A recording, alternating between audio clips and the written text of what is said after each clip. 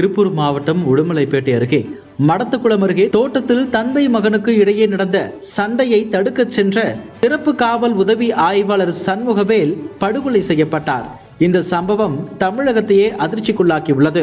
இதுகுறித்து எதிர்க்கட்சிகள் கடும் கண்டனம் தெரிவித்து வரும் நிலையில் தமிழக பாஜக முன்னாள் தலைவர் அண்ணாமலை தனது கண்டன அறிக்கையை வெளியிட்டுள்ளார். தமிழகத்தில் அதிகரித்து வரும் படுகொலைகள் சாதாரண பொதுமக்களுக்கு மிகவும் அச்சத்தை ஏற்படுத்தியுள்ளன.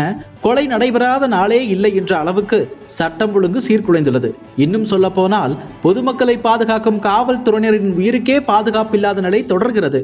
பெண் காவலர்களுக்கு பாலியல் தொல்லை, சீருடையில் இருந்த பெண் காவலரிடம் செயின் பறிப்பு. 2 வாரங்களுக்கு முன்பாக சென்னை புதுப்பேட்டை காவல் உதவி ஆய்வாளர் திரு ராஜாராமன் மது போதையில் இருந்தவர்களால் அடித்து கொலை செய்யப்பட்டது.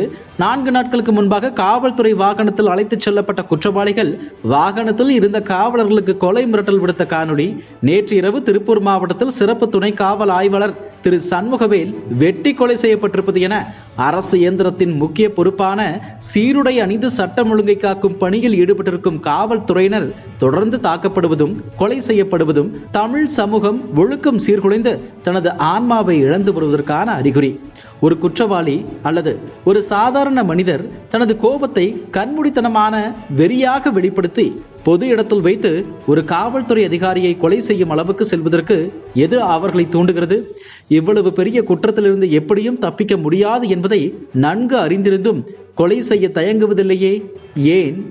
தமிழகத்தில் இன்று மது விற்பனையில் வரும் லாபத்திற்காக தமிழக அரசே சாராய விற்பனையாளர்களாக மாறி அரசு மதுக்கடைகளின் எண்ணிக்கையை கணக்கில்லாமல் அதிகரித்து கட்டுப்பாடு இல்லாமல் சாராயம் ஆறாக ஓடும் நிலைமைக்கு மாநிலத்தை தள்ளியிருப்பதும், முன்பெல்லாம் பணம் இருப்பவர்கள் மட்டுமே வாங்க முடியும் என்ற நிலையில் இருந்த போதைப் பொருட்கள் தற்போது செயற்கை முறையில் புதிய விதத்தில் தயாரிக்கப்பட்டு எங்கும் எளிதில் கிடைக்கும் வண்ணம் அனைத்து பகுதிகளிலும் பரவி இருப்பதும், கிராமம் முதல் நகர்ப்புறம் வரை அனைத்து மட்டங்களிலும் சட்டம் ஒழுங்கு சீரழிந்திருப்பதுமே முக்கியமான பிரச்சனைகளாக இருக்கின்றன.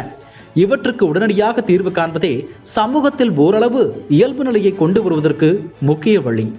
இவற்றுக்கான முக்கிய பொறுப்பு தமிழக காவல்துறையை சார்ந்திருக்கிறது. ஆனால் தமிழக காவல்துறையினருக்கு போதுமான அளவுக்கு மேம்படுத்தப்பட்ட தொழில்நுட்பம் சார்ந்த கருவிகள் வழங்கப்பட்டிருக்கின்றனவா என்றால் இல்லை என்பதே உண்மை நிலையாக இருக்கிறது.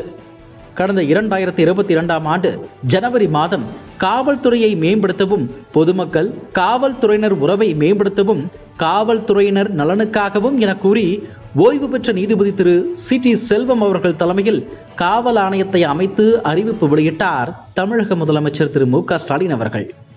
அந்த ஆணையம் 1 ஆண்டுக்கு பிறகு தனது முதல் அறிக்கையை கடந்த 2023ஆம் ஆண்டு மார்ச் மாதம் முதலமைச்சரிடம் அளித்ததாக செய்திகள் வெளிவந்தன.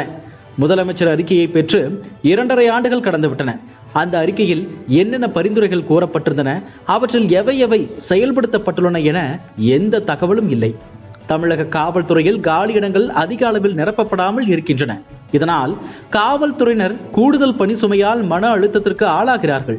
காவல்துறையினருக்கு முறையான ஓய்வு மற்றும் சரியான பணி நேரம் நிர்ணயிக்கப்பட்டால்தான் அவர்கள் பணித்திறன் முழுமையாக வெளிப்படும். ஆனால் காலி பணியிடங்களை குறித்த நேரத்தில் நிரப்பக்கூட திமுக அரசு தயாராக இல்லை.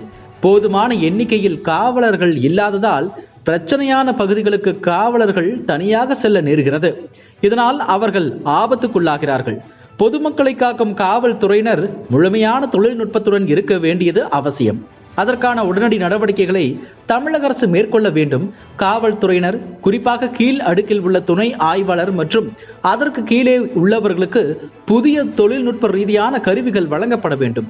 டேசர் துப்பாக்கிகள், உடல் கேமராக்கள், விலை அதிகம் வாங்கப்படுகின்ற குளோக் ரக துப்பாக்கிகளுக்கு பதிலாக இந்தியாவில் தயாரிக்கப்பட்ட துப்பாக்கிகளின் எண்ணிக்கையை அதிகரித்தல், சிறந்த தொழில்நுட்பத்துடன் கூடிய ரோந்து வாகனங்கள் வழங்கப்படுதல், மேலும் மிக முக்கியமாக காவல்துறையில் நீண்ட காலமாக நிலுவையில் உள்ள காலியிடங்களை நிரப்புதல் உள்ளிட்ட நடவடிக்கைகளுக்கு இதுவே சரியான நேரம். ஆட்சி அதிகார உயர்மட்டத்தில் இருப்பவர்களின் கொள்கை ரீதியிலான தோல்விகள் எப்போதும் சமூகத்தில் அடிமட்டத்தில் உள்ள ஒரு சாதாரண மனிதனை நேரடியாக பார்த்து கொண்டிருக்கின்றன. தனது துறை சார்ந்த நடவடிக்கைகளை கூட முழுமையாக மேற்கொள்ளாமல் நீண்ட நெடிய தூக்கத்தில் இருக்கும் தமிழக உள்துறை அமைச்சரான நமது முதலமைச்சர் திரு மு.க. ஸ்டாலின் அவர்களுக்கு இது ஒரு எச்சரிக்கை மணியாக இருக்க வேண்டும். விளம்பர நாடகங்கள் நடிக்கும் நேரத்தில் இதுபோன்ற உடனடியாக நிறைவேற்ற வேண்டிய முக்கிய பணிகள் குறித்து முதலமைச்சர் சிந்திப்பது தமிழக மக்களுக்கு நல்லது என்று அவர் பதிவிட்டுள்ளார்.